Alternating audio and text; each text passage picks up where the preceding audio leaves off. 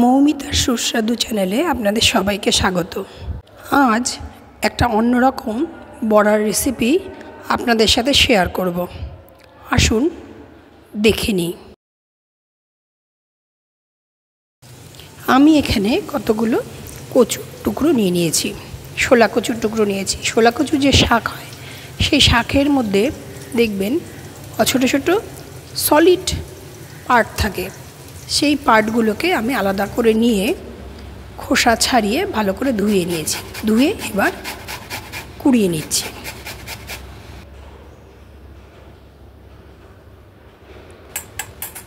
সবগুলো কোড়ানো হয়ে গেছে।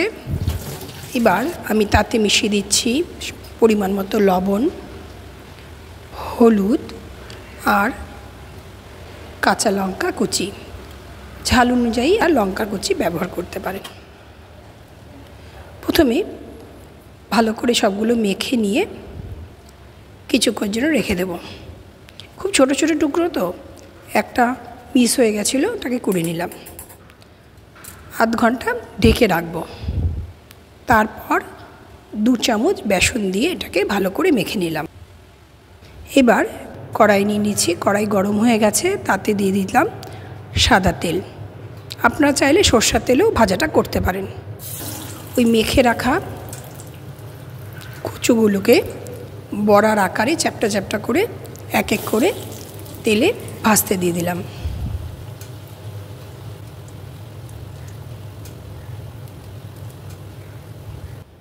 সবগুলো বড়া দেওয়া হয়ে গেছে। এইবার একটা পিঠ একটু ভাজা হলে উল্টে দিচ্ছি। আর এই অবস্থায় গ্যাসের আঁচটা কিন্তু লোতে রাখতে হবে। এক পিঠ ভাজা হলে ঠিক অপর পিঠ উল্টে দিতে হবে। এইভাবে বড়াগুলো ভাজতে হবে।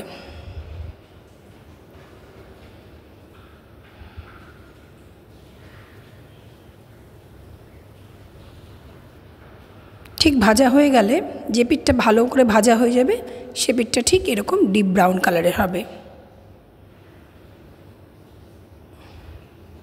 একটু মচমচে ধরনের কিন্তু ভাজাটা হয়। আমার এখানে বড়াগুলো ভাজা হয়ে গেছে। এক এক করে তেল থেকে তুলে নিচ্ছি। তৈরি হয়ে গেল শোলা কচুর বড়া। গরম গরম ডাল ভাতের সাথে লেবু দিয়ে উপভোগ করুন শোলা কচুর এই সুস্বাদু বড়া।